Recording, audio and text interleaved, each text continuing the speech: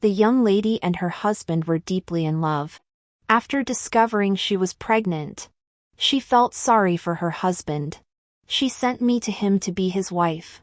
Several months later, the young lady gave birth to a pair of twins, a boy and a girl. The husband did not want to betray the young lady's sincere feelings, so he decided to return the favor and had me executed. Later, the two remained deeply in love, becoming a legendary love story in the capital. But when I died, I was already 2 months pregnant. When I opened my eyes again, I had returned to the time before the young lady had given me to her husband. In this life, I climbed directly into his father's bed. I transformed into his mother-in-law. Just like in the previous life, the young lady was diagnosed with pregnancy by the imperial physician at the end of the year. The young master hurried back, but as he passed by me, his gaze lingered on me for a moment. That gaze was so sticky and uncomfortable. Soon afterward, the sound of the young mistress's playful scolding and the young master's gentle coaxing came from inside the house. Listening from afar, it sounded as loving as could be. After the young master left, the young lady's personal maid, Hongye, began to scold. "Pa, what a good girl from a respectable family. Her chest is so full it's about to burst out of her clothes. And her figure, even the prostitutes in a brothel aren't as alluring as her. She's no good. Why does the young lady keep such a seductive woman like Chun Tao around?" Inside the house, the young lady sighed, "Don't speak nonsense." Soon, the young lady called me into the room. I knelt on the ground with my head bowed. The young lady looked at me for a long time before smiling and saying, "Chun Tao, you are a lucky girl. I dare not ask for this good fortune anymore." In my previous life, a few days after the young lady said this, my husband dragged me into the room and forced himself on me. From then on, every time the master came to the young lady's courtyard, he would call me to warm the bed. I couldn't say whether I was willing or not. The mistress raised me from childhood by the young lady's side and even had me come as a bridesmaid. It was also that when the young lady became pregnant, I could be used to satisfy the master's desires. As a maid, I had no right to choose. But on the day before the young lady gave birth, the doctor diagnosed me as 2 months pregnant. My life suddenly had hope. I thought I would spend the rest of my life serving the master and the young mistress. Raising this child to adulthood would at least make my life worthwhile. When the master came to find me, I was filled with excitement and prepared to tell him the good news. Before I could speak, I was pushed into the water by the master's servant. As I struggled, I saw the murderous intent in my master's eyes and his icy expression. He sighed and said, "The mistress has been so kind to me. I cannot keep you here and cause her sorrow." The agony of drowning was unbearable. I did not want to experience it again in this lifetime. After the young mistress became pregnant, my master visited her every day. But each time he came, his gaze lingered on me. Sometimes it fell on my face. Sometimes they lingered on my chest. And sometimes they lingered on my waist. Those gazes made my heart tremble. It was clear that he was highly satisfied with my appearance and figure. Every time this happened, the maid Hongye by the young mistress's side would glare at me with hatred. After the young master left, she would spit and call me a fox. The young mistress smiled gracefully, but her eyes were icy cold. In my previous life, how could I have been so foolish as to think that the young mistress was truly kind and wouldn't mind my existence? The smile she wore was clearly hiding a murderous intent. This couldn't go on any longer. In 2 days, the young master would drag me into his room. But as a maid, my indenture is still in the young Mrs. hands. Escaping this life of servitude is no easy task. Just then, the excited voice of a servant came from outside. "Lady, the general has won the battle and will return tomorrow." The young Mrs.'s face lit up. "Bring a reward." I clenched my fingers tightly, suddenly inspired.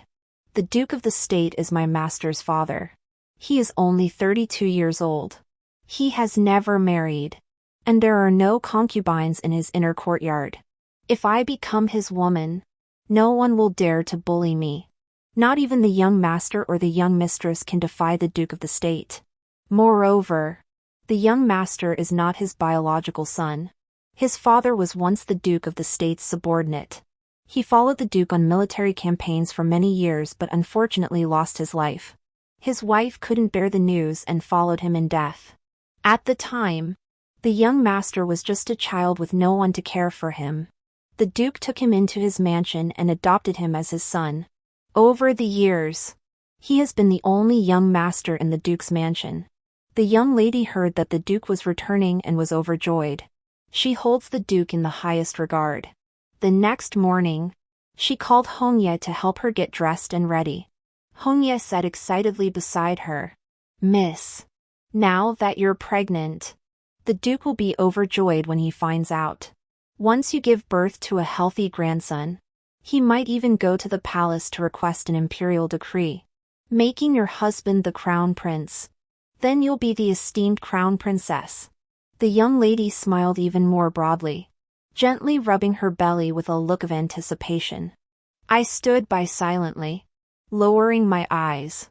Unfortunately, she was destined to be disappointed.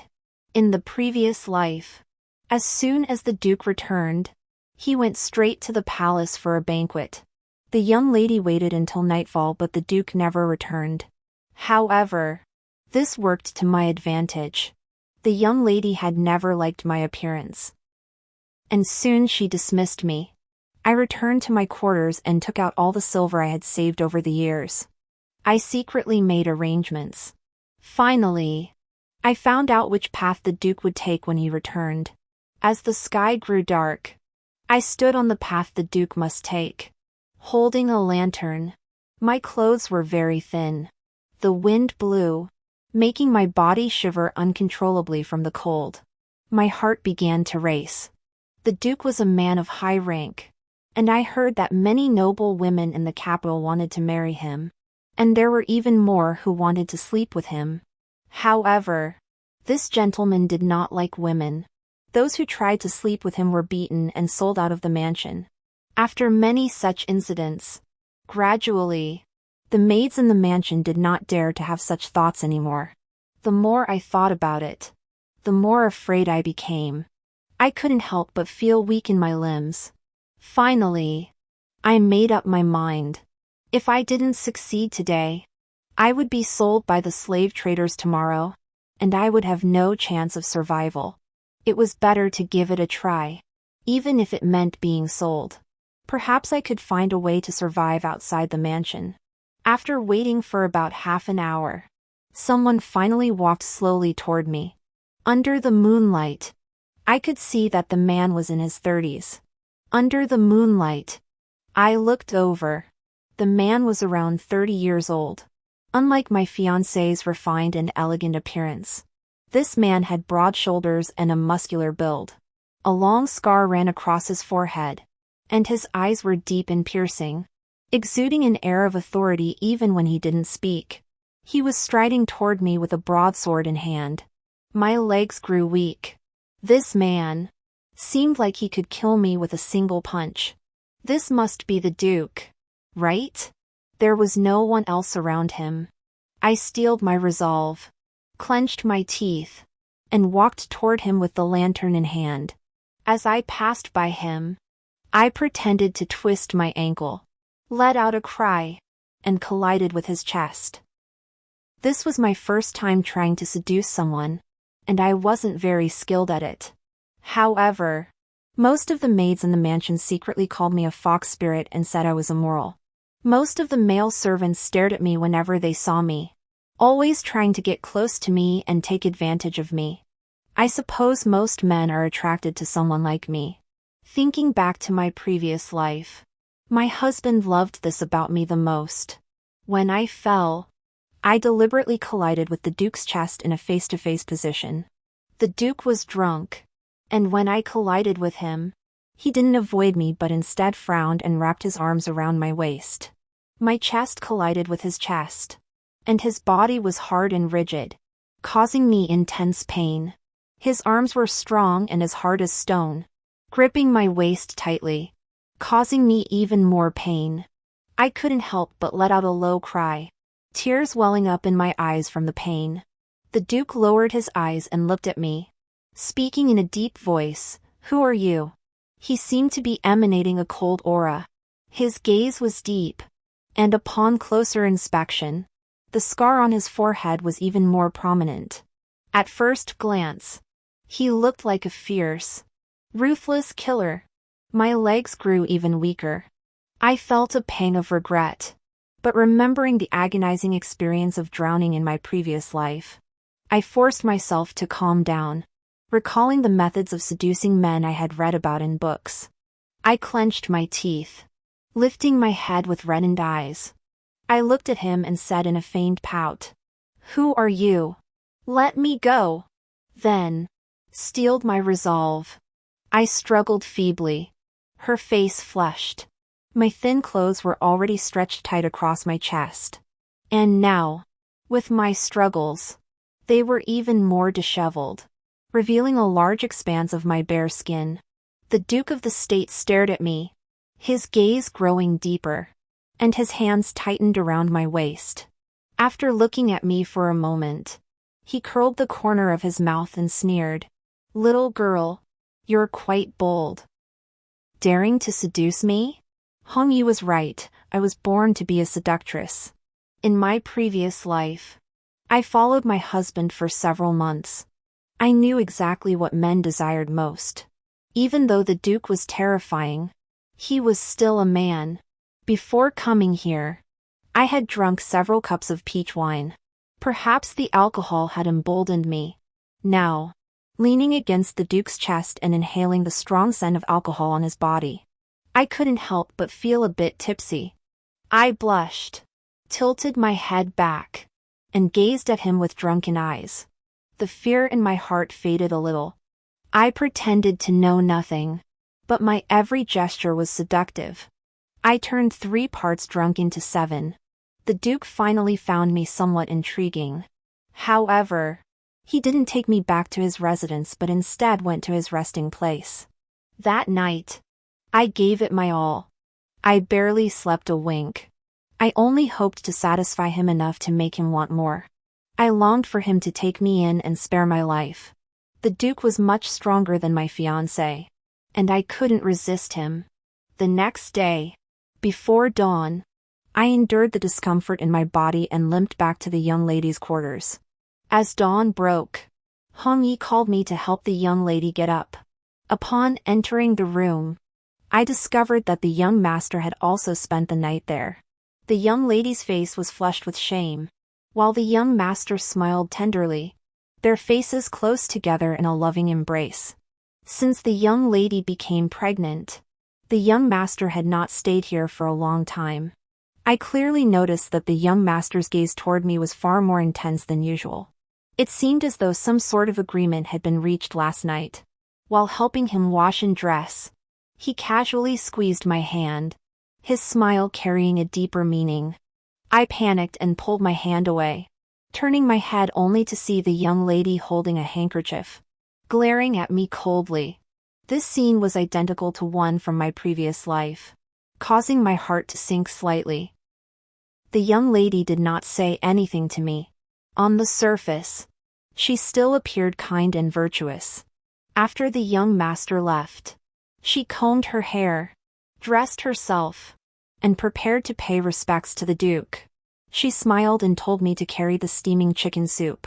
"Come with me." The burning heat in my palms was unbearable. Even though my hands were red and blistered from the heat, I still held the bowl tightly. The bowl was a royal gift, and the chicken soup was of the highest quality. If these items were to be dropped, I, a mere maid, would not be able to compensate for them even with my life. Seeing my pale face in silence, the young Mrs. Smile grew even wider. She praised me with a smile, "Chun Tao. You are a lucky girl." Hong Yi glared at me and spat out angrily, "Just carrying some chicken soup. And you act like it's going to kill you." Someone might think you're the young miss instead. You're just a lowly maid. It's only because our young miss is kind-hearted. Otherwise, with your seductive looks, you'd have been beaten to death long ago. I kept my head down and said nothing. Hongye still wasn't satisfied after scolding me and slapped me across the face. My face was hit so hard it turned to the side, and my hands shook, spilling some soup onto my wrist, instantly burning it red. The pain made my eyes water, but I clenched my teeth tightly and refused to let go of the bowl of chicken soup. The young miss, who had been watching, finally spoke up calmly. Hongye, don't be so bold. She then smiled at me. Hongye has spoiled this girl. Chun Tao, don't be angry with her. I lowered my eyes and whispered, it's my good fortune that Red Leaf is willing to scold me. The young lady smiled even more contentedly. You're a sensible girl. Red Leaf muttered under her breath.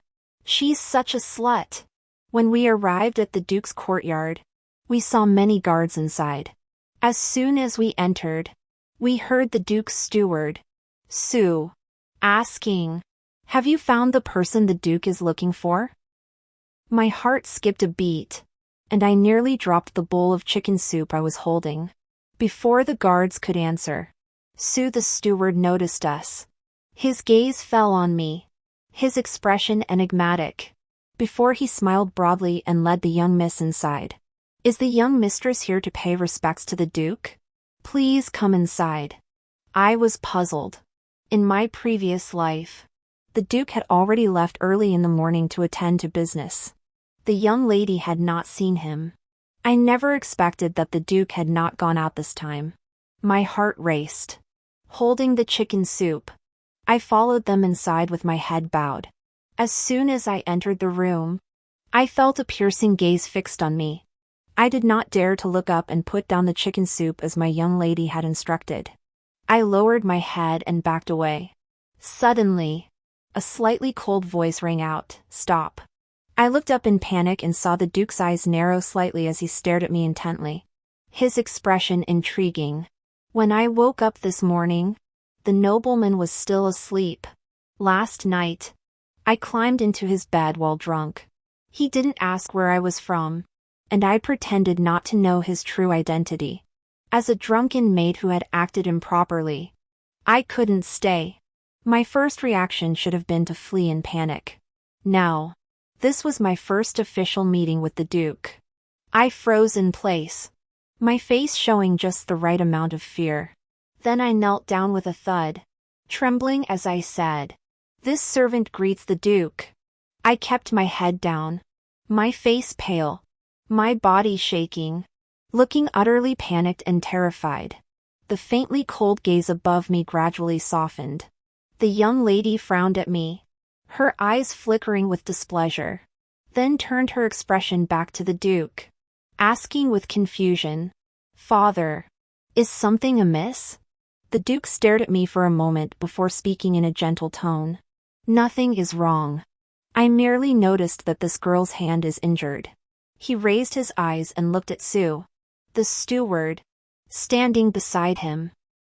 Su immediately nodded and said, "I'll have someone bring bandages for the young lady right away." I followed the maid Su had called and left. Behind me, the young lady's gaze carried a hint of coldness.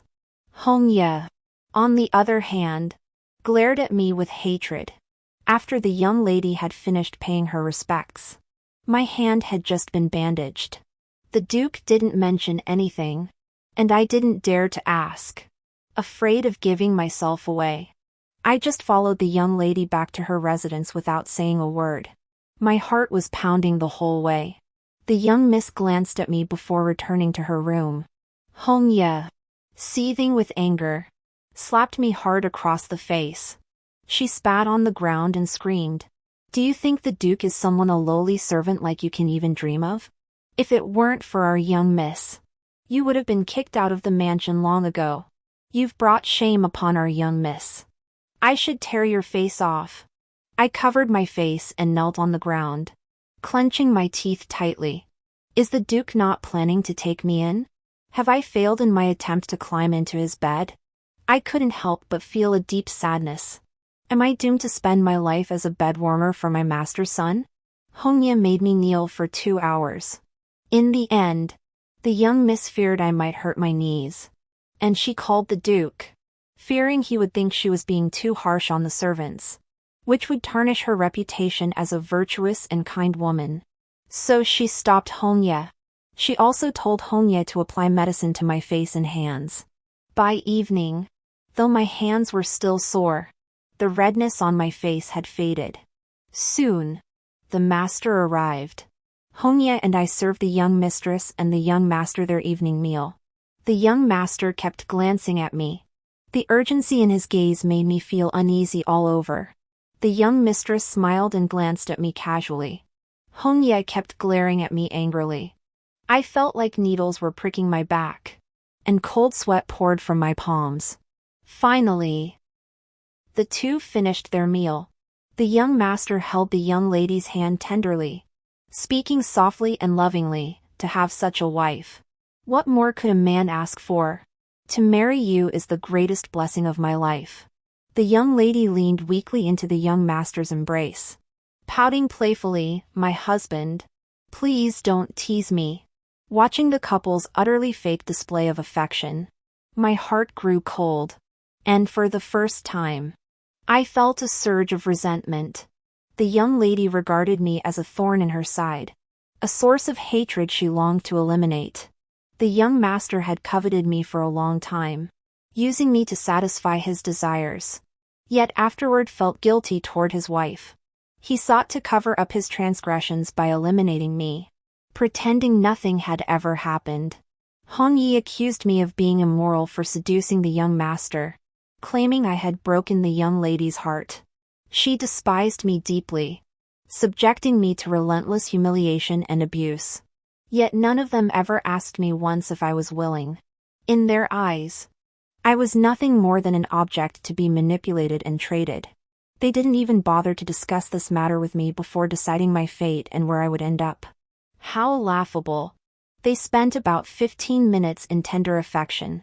The young master grew impatient, casting frequent, sticky glances in my direction. The lust in his eyes made me feel sick to my stomach. The young lady's smile remained unchanged, but I noticed the handkerchief in her hand was already wrinkled from her grip.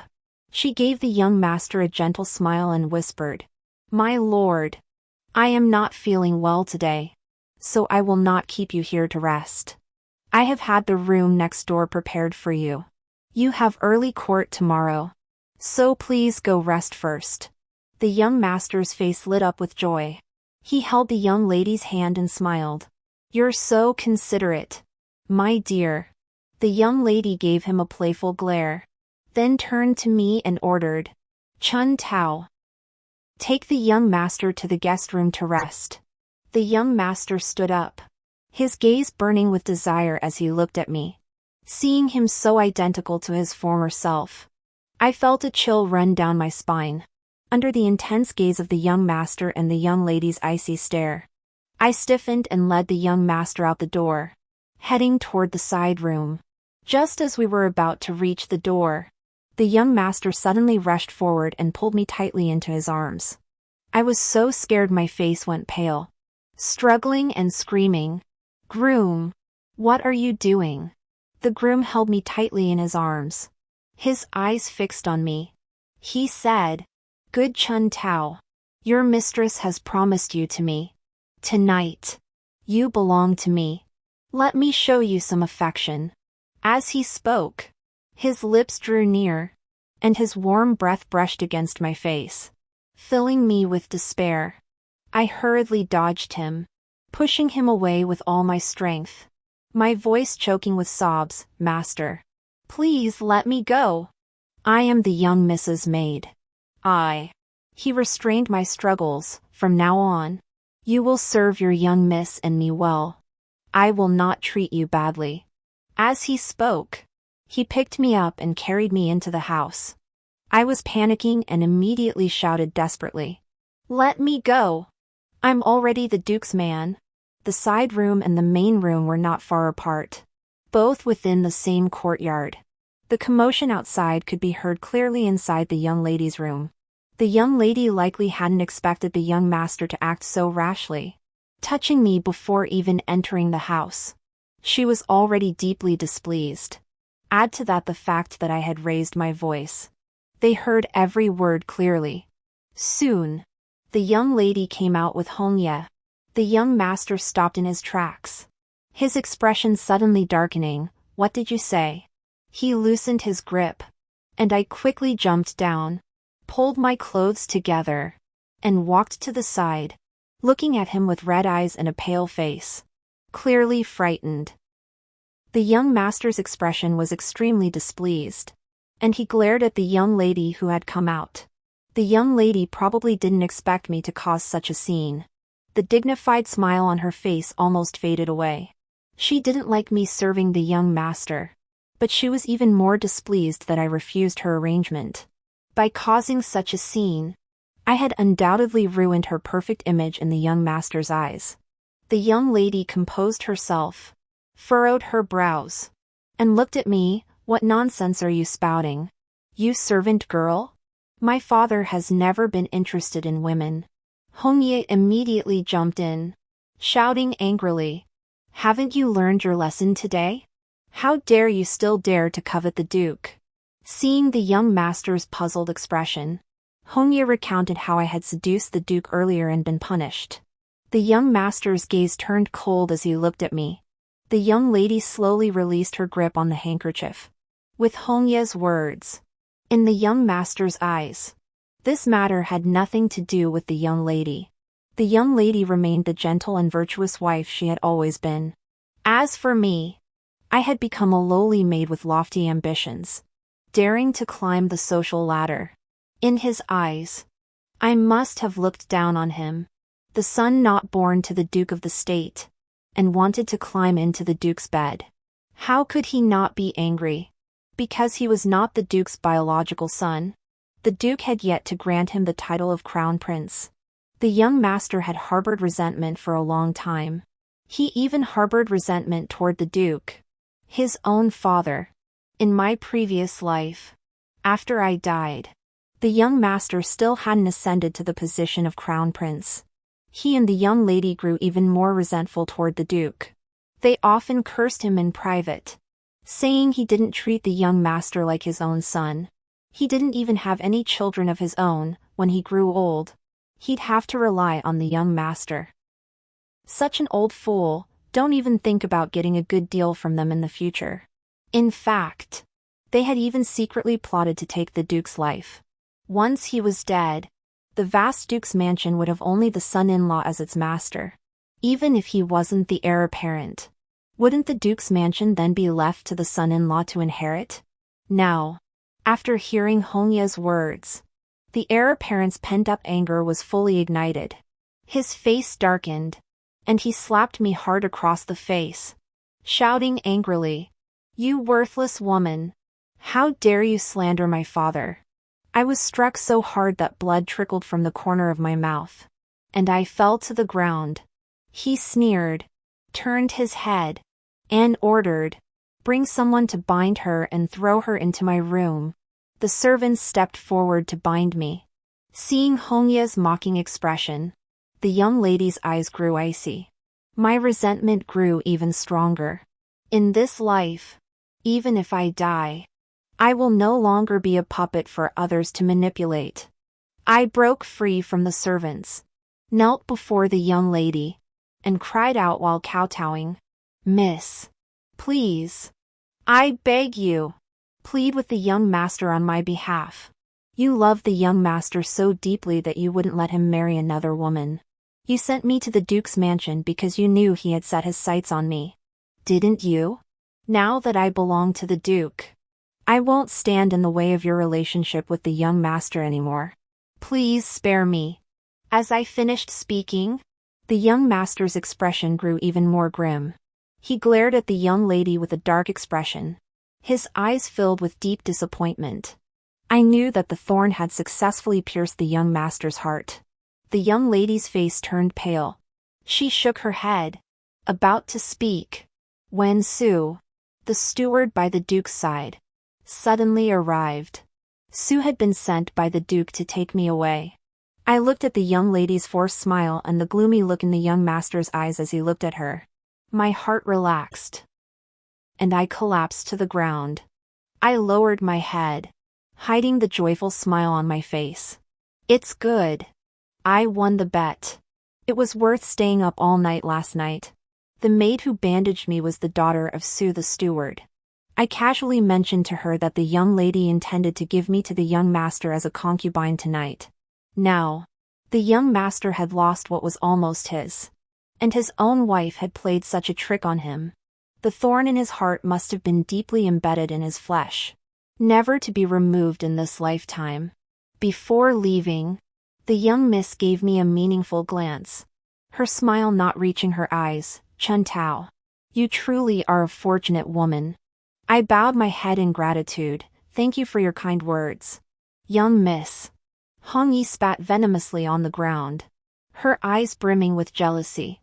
I followed Mr. Sue to the Duke's courtyard. The one who bandaged me this time was still that maid named Su Xiang, Mr. Sue's biological daughter. The Duke had to go out for a few days. When I arrived, he had already left, but he told me to stay and enjoy a few days of leisure.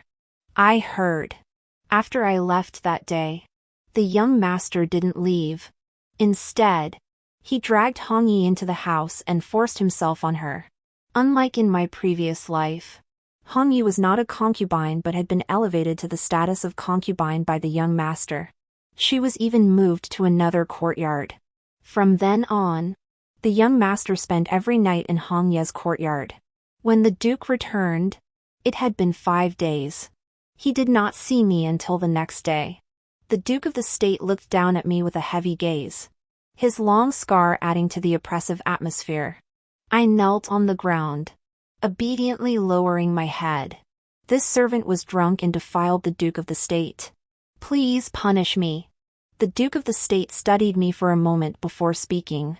Look up. I bit my lip hard and looked up with red eyes. The Duke probably recalled my efforts that night, and his gaze darkened slightly. He spoke in a deep voice. Very well. You may remain in my courtyard from now on. And so, I became the only woman in the Duke's mansion. He might have been interested in my efforts and my appearance, but in his eyes, I wasn't particularly important.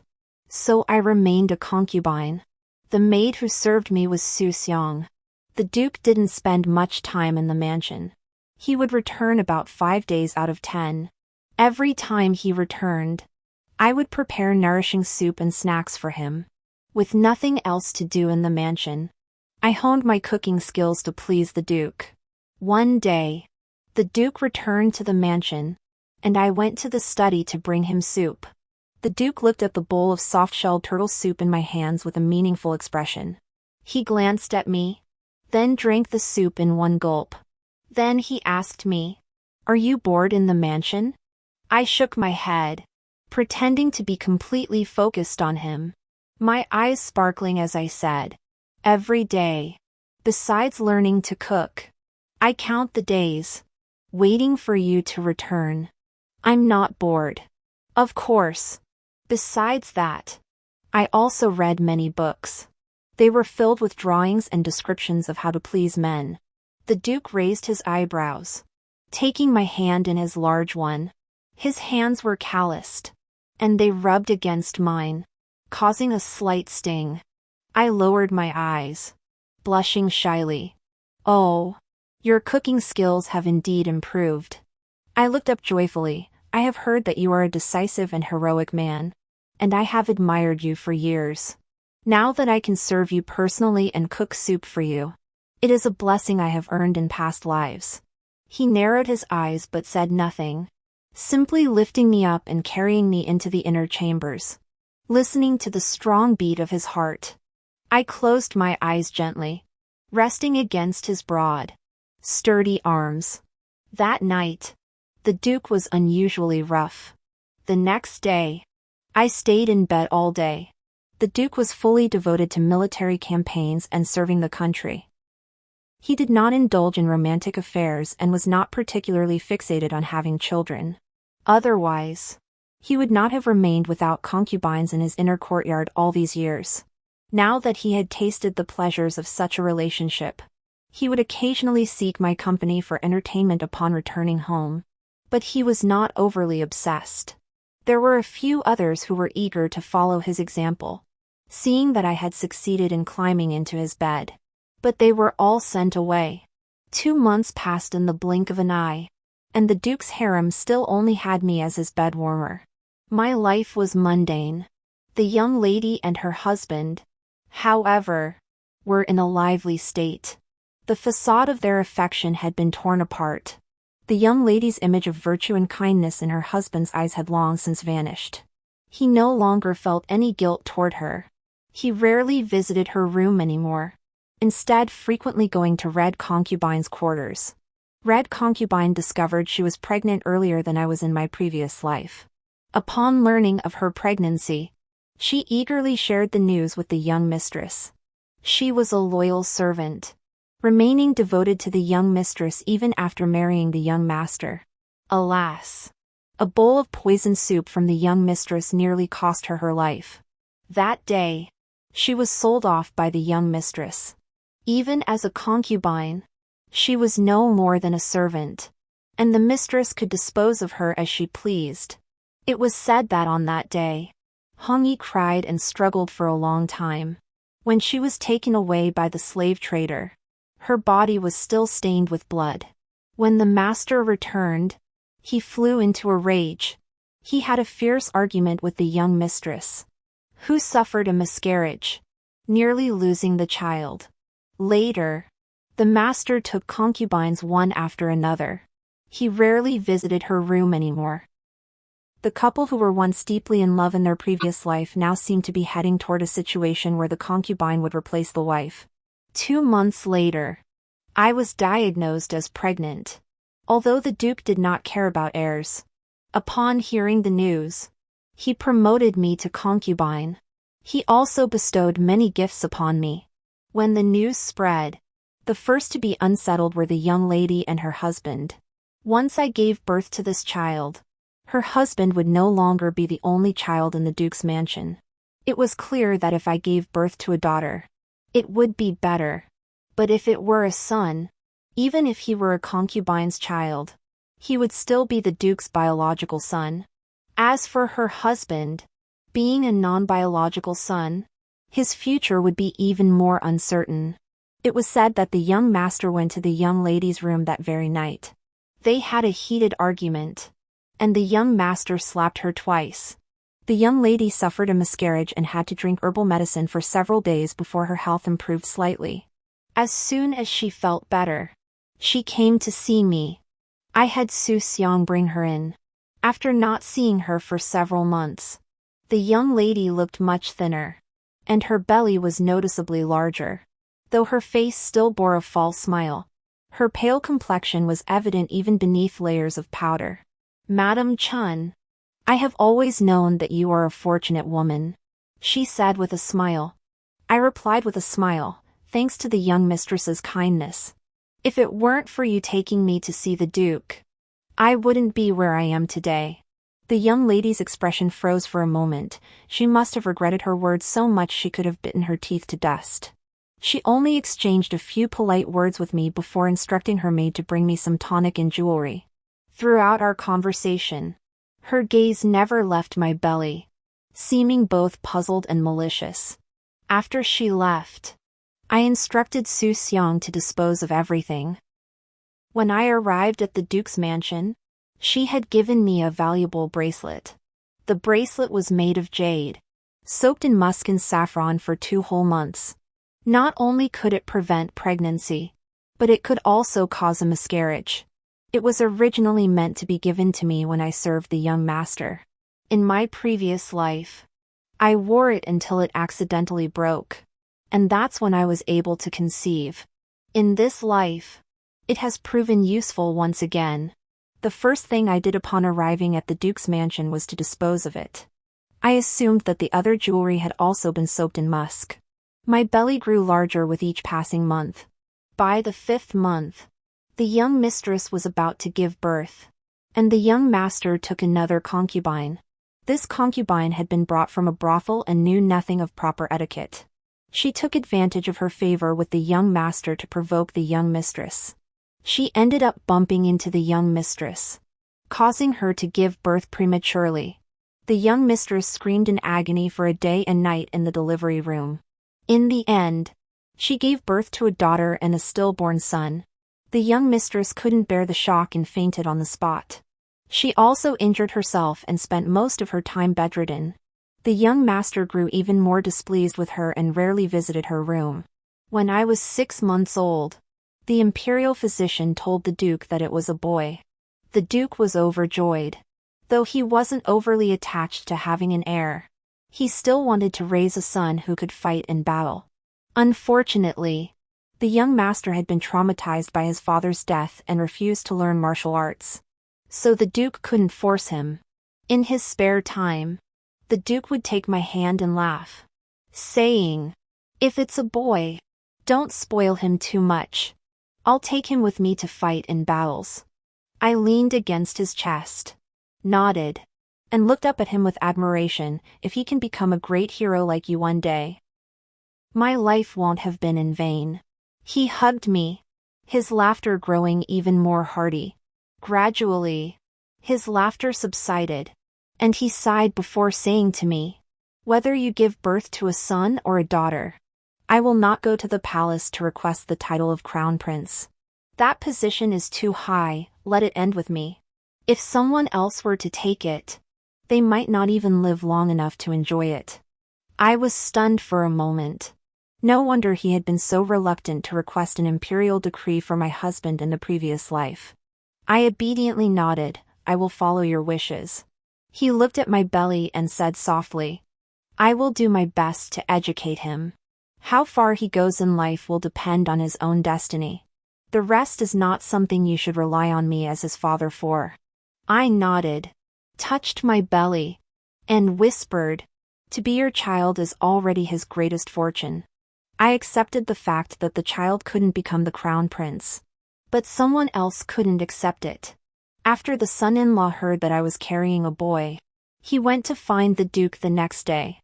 I was making a nourishing soup for the duke at the time and brought it to the study door. I heard arguing coming from inside.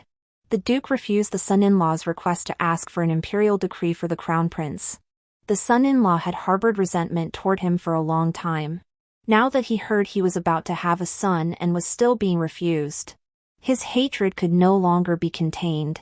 He sneered, "You refuse to let me become the crown prince. Isn't it just to keep it for your own son? If it weren't for my father, you would have been dead long ago. You don't even know how to be grateful. And now you treat me like this? You're nothing but a selfish person." A slap echoed through the room. The son-in-law stormed out from inside, his face swollen with anger. Behind him stood the duke, his expression somber and his eyes filled with disappointment. As soon as the son-in-law stepped out, he saw me standing in the courtyard, and the hatred in his eyes intensified. "Chun Tao, you treacherous whore! If you had followed me back then, none of this would have happened. Do you think your son can become the crown prince? Dream on." As he spoke, his expression even seemed insane. He rushed toward me like a madman, trying to knock me down. I panicked and backed away, looking at the duke for help. The son-in-law did not succeed. The duke was skilled in martial arts and quickly protected me in his arms. Kicking him away, the young master fell to the ground, held down by the guards, struggling furiously. His eyes were filled with hatred, staring intently at me and the duke. The duke's face turned ashen, his expression even more disappointed. He shook his head and ordered, "Take the eldest young master away and keep him under strict guard. Do not release him without my permission." He struggled desperately but was still dragged away by the guards. Looking at him now, I couldn't help but think of myself in my previous life. He had looked at me with the same calm composure. He had watched me being held down in the water, struggling desperately.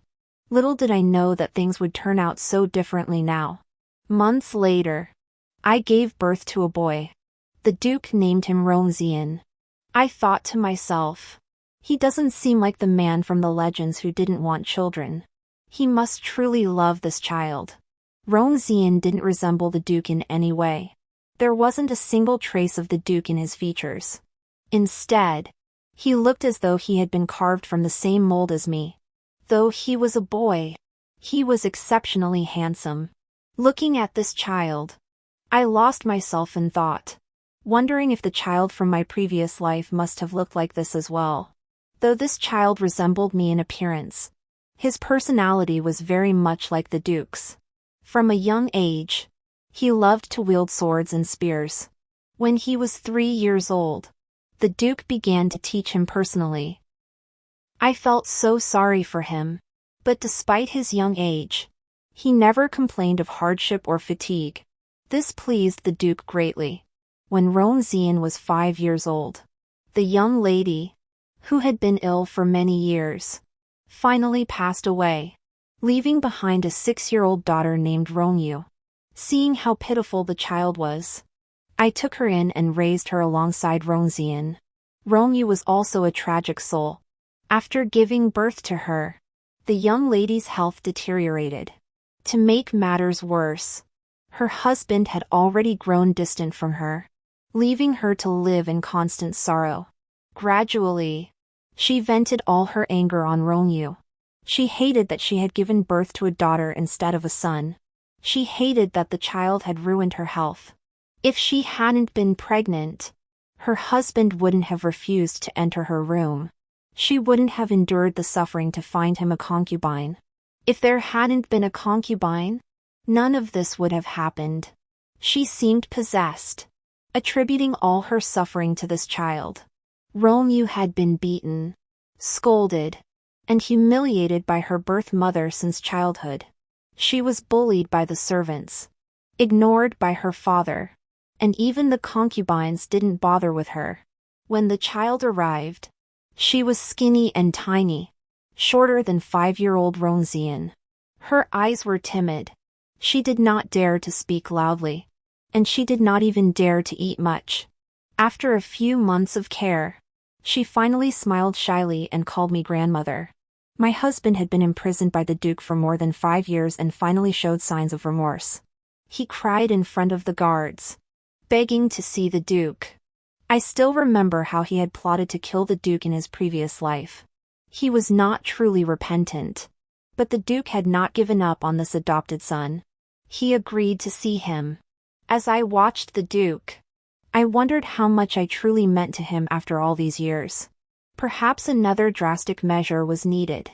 The son-in-law looked much thinner.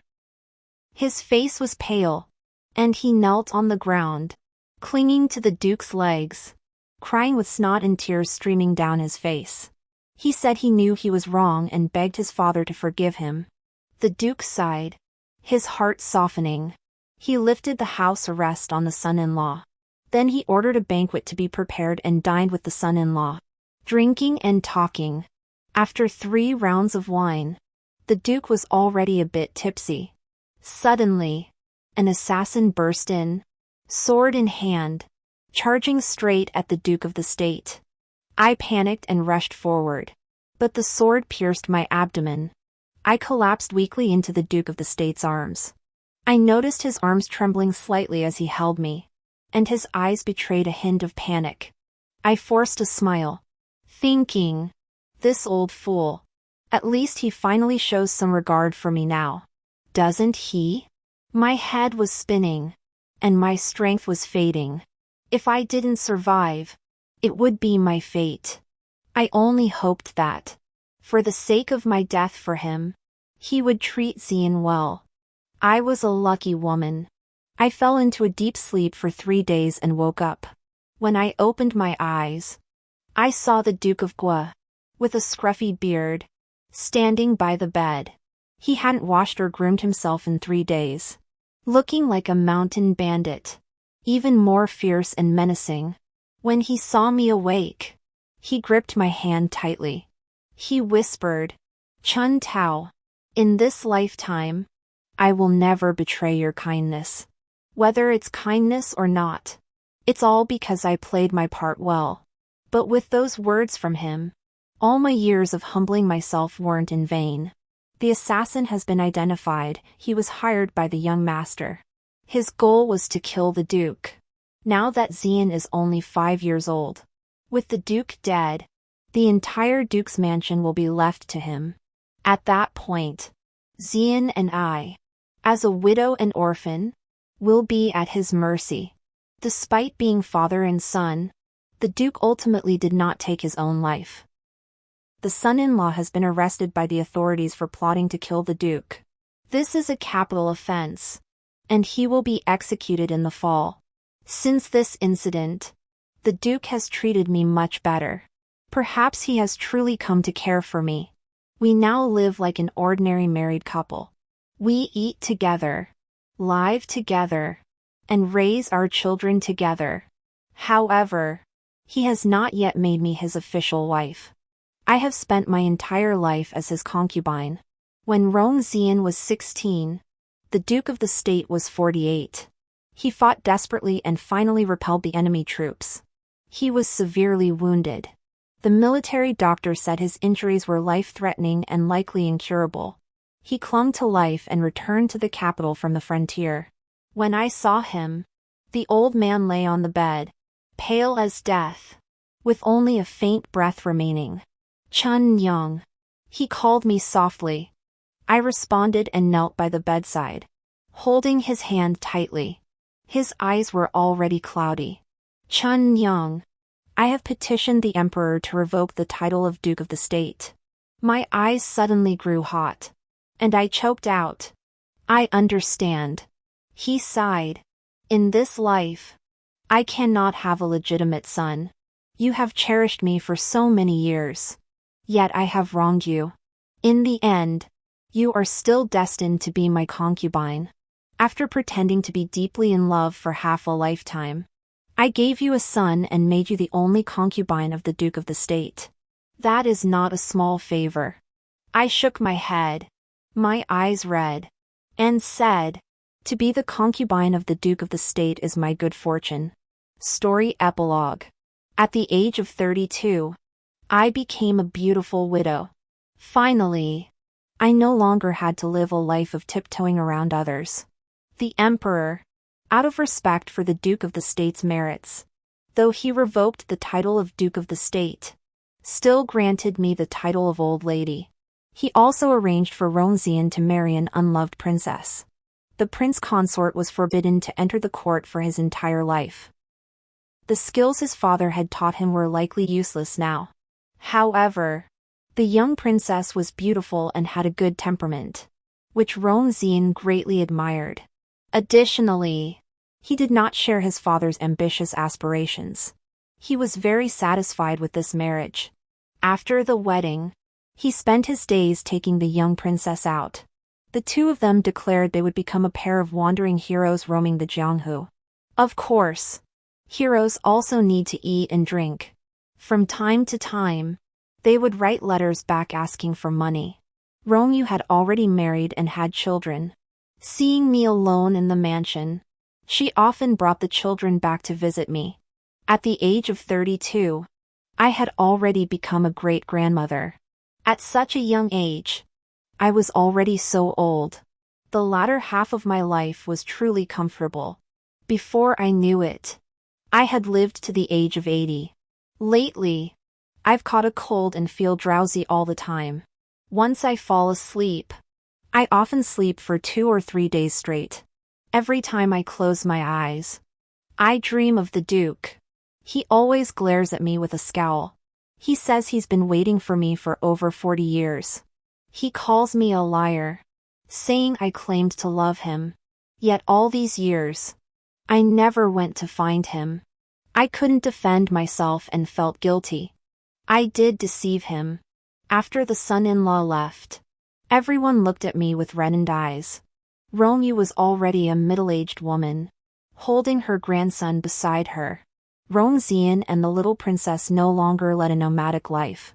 Their son was already 25 years old. The boy resembled his grandfather. Tall and sturdy, with broad shoulders and a strong build.